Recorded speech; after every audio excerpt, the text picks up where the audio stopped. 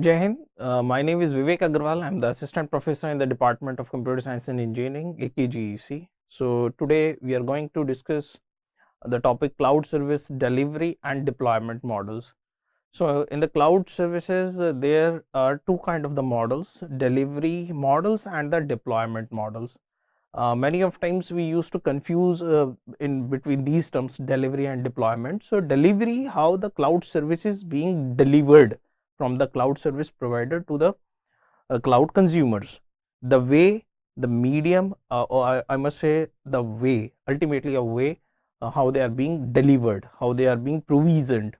And the deployment models means how these services are being deployed, the infrastructure, in such a way that the infrastructure is deployed for providing these services. Deployment models are these.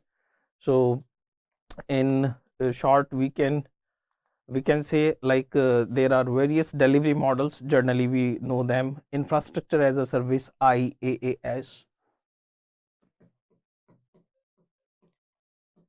Generally you have listened, you have gone through these terms: IAAS, IAAS, PAAS, SAAS, generally called as SAAS, PAAS, S, right? And it could be IAAS, it could maybe PAAS, it may be like SAAS, and ultimately I call it like XAAS. XAAS means anything or everything as a service. So these are the few basic models of the delivery models, cloud service delivery models.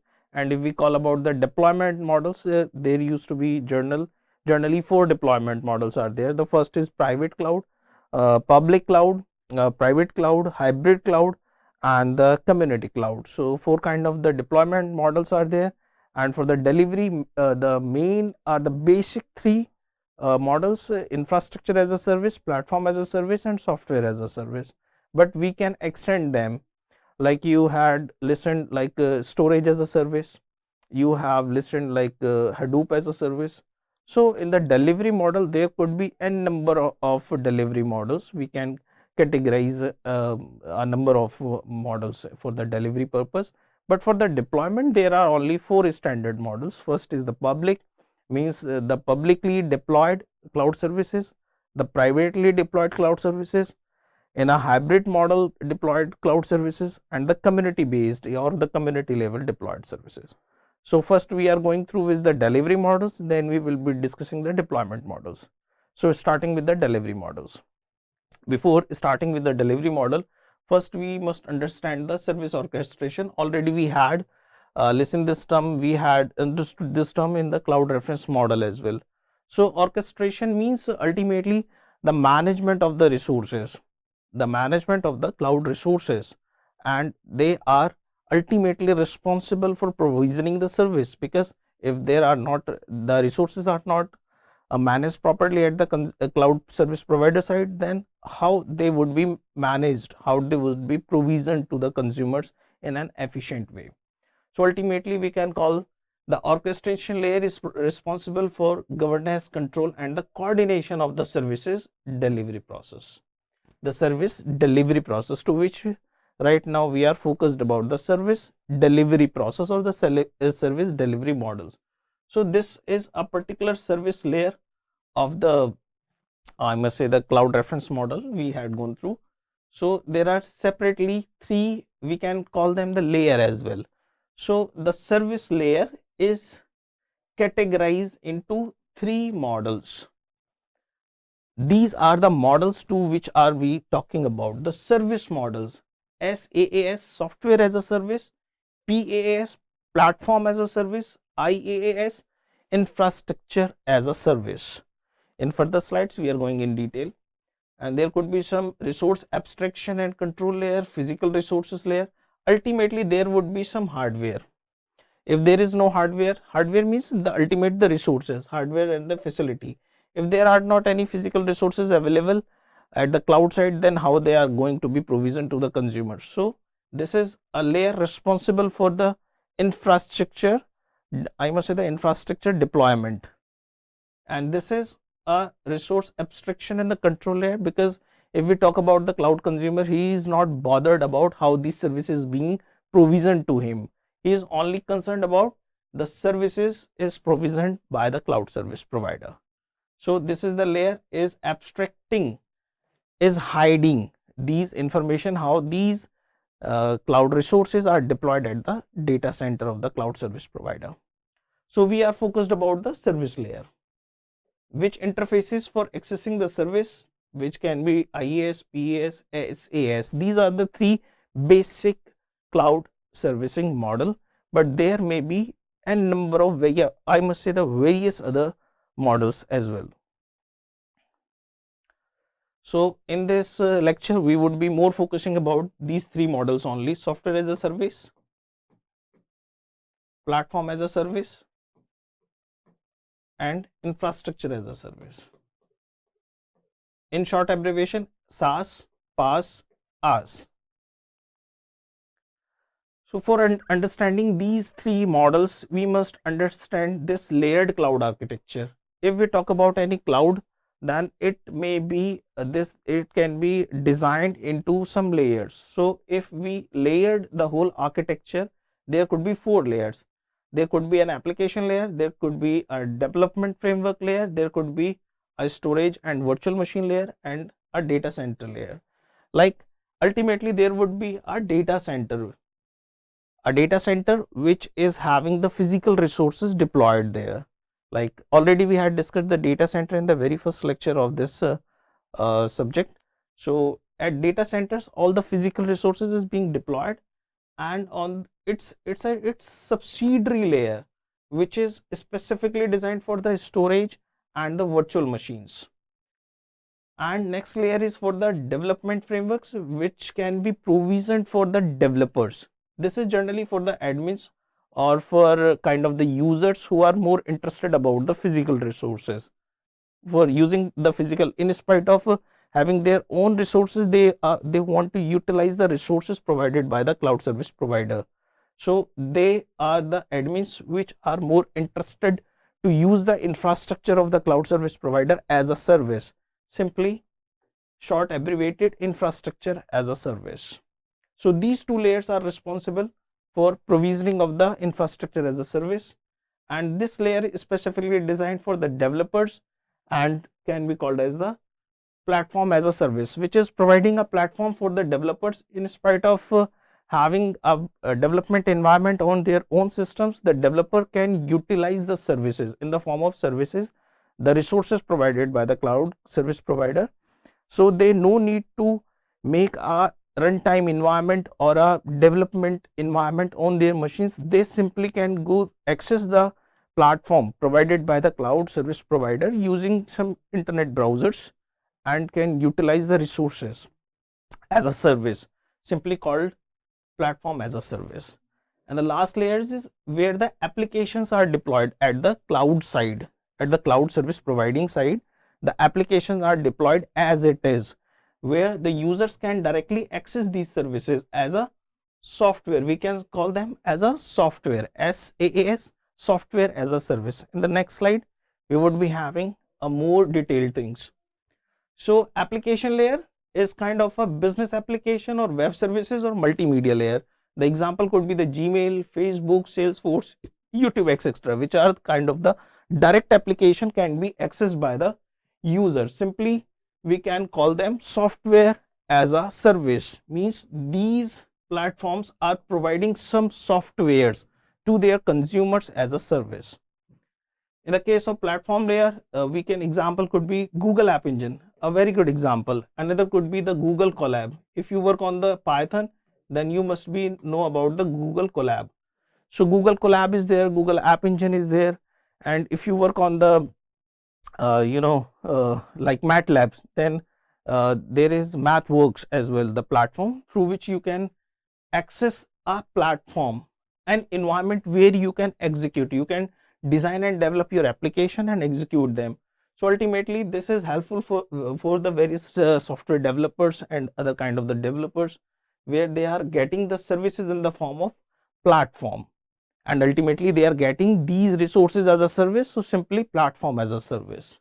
And third is your infrastructure, or we can say the data center. The example could be the Rackspace, Amazon Web Services, FlexiSkills. These are the some example who are providing the services as a in the form of infrastructure. For example, if you need any virtual machine, you don't need to have a proper you want to execute 10 on your data, you want to execute your software on 10 different machines of different environment, then in spite of having the 10 physical machine at your place, you can simply access 10 different kind of virtual machine from the cloud service provider. So these can be provisioned from the cloud service providers, so simply can be called as infrastructure as a service, because these infrastructure is provisioned as a service to the cloud consumers from the cloud service provider side, and the cloud consumer don't need to install any kind of hardware on their own or at their place. They don't need to monitor, they no need to manage, they no need to control the things. Everything is managed and controlled by the cloud service providers. So these are some examples we can understood. If we talk about the SaaS consumer, the document management, already we are using some Google Workspace, Google Sheets are there, Google Docs are there. We can utilize these services as a document manager. Email and office productivity, content management, financial, social network, Facebook, etc. Human resource, ERP, billing, sales, CRM, collaboration. So these are some examples kind of the services is being provisioned as a software. And for the PAAS, platform as a service, already we had gone through in the previous slide some examples. Likewise, infrastructure. So point by point, infrastructure as a service is the delivery of the computer hardwares, maybe servers, network, technology, storage, and the data center as a service.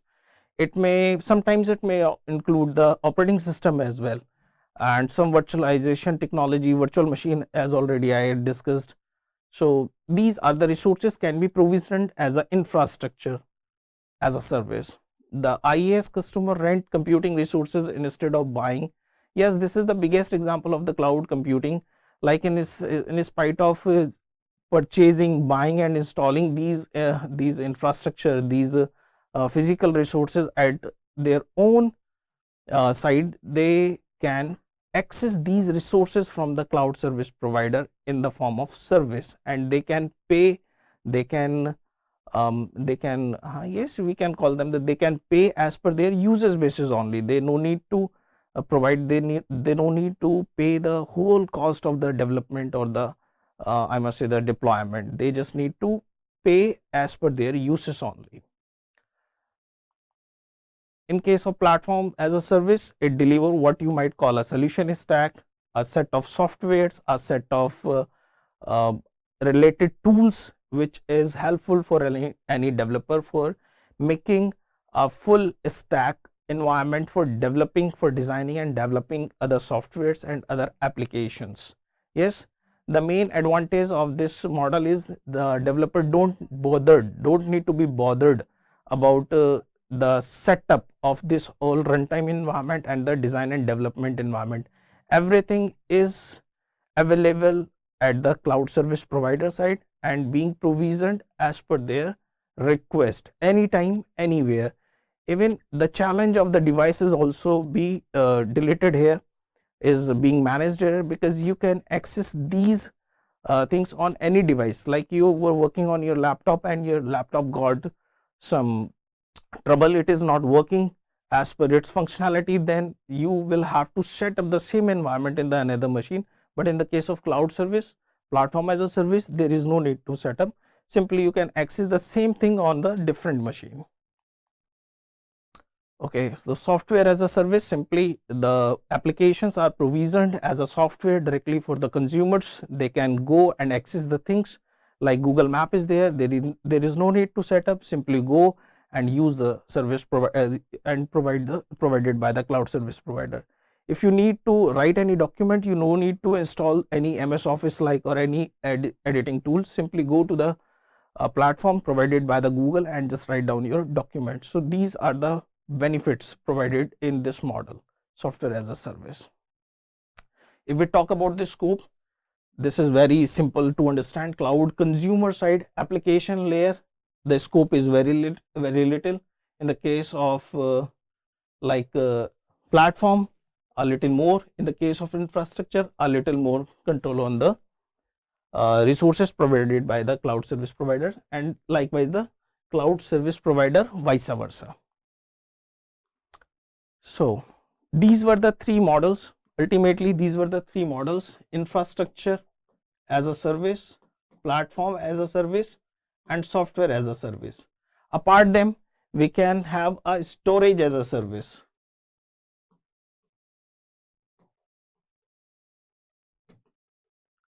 Storage as a service. In the case of storage as a service, a cloud service provider is provisioning a huge amount of storage as a simple. Like if I talk about Google Drive is there. Google Drive is the biggest example where you can have ample amount of storage.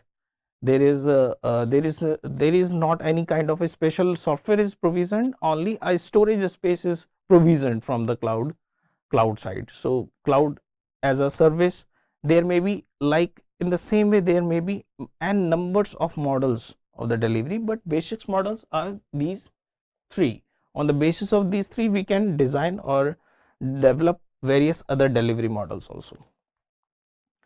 So come to the service deployment. If we are talking about the deployment, already I told you there are the four basic models, and these are the fixed model. We can deploy the cloud services in a public model. We can deploy the services in a private model, in a community model, and in a hybrid model. Okay, if we say public, means the whole setup is available for the public, or I must say the deployment is publicly, which is deployment of the resources at the data center of the cloud service provider side, and that can be accessed anyone available on the internet. Yes, we can have a diagram through which we can understand. So this is the public cloud, where are various services available at the cloud side, maybe computing service, application service, messaging service, storage service, platform service, administration, etc., etc.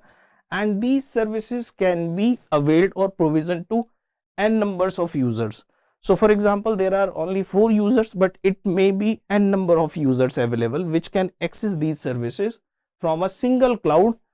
The n number of users are getting the services, like user A, user B, user C, user D. It may be any individual or any company. Already we had gone through the concept. The cloud consumer could be any individual or maybe any company. So kind of the setup is called as the public clouds. If we talk about the example, the Google is the biggest example, because the services provisioned by the Google are available publicly. Example, Google Drive is there, Google Mail is there, YouTube is there, as well as Google Maps are there. Yes, so these are the few examples for the public cloud models. In short, we can say available for everyone. Anyone can go and sign up for the service, economize the scale due to the size, because the n number of resources are shared by the various number of the small amount of the resources are shared by a big number of users. So the ultimately it is very economical for the public. They can utilize a number of services for a very small amount.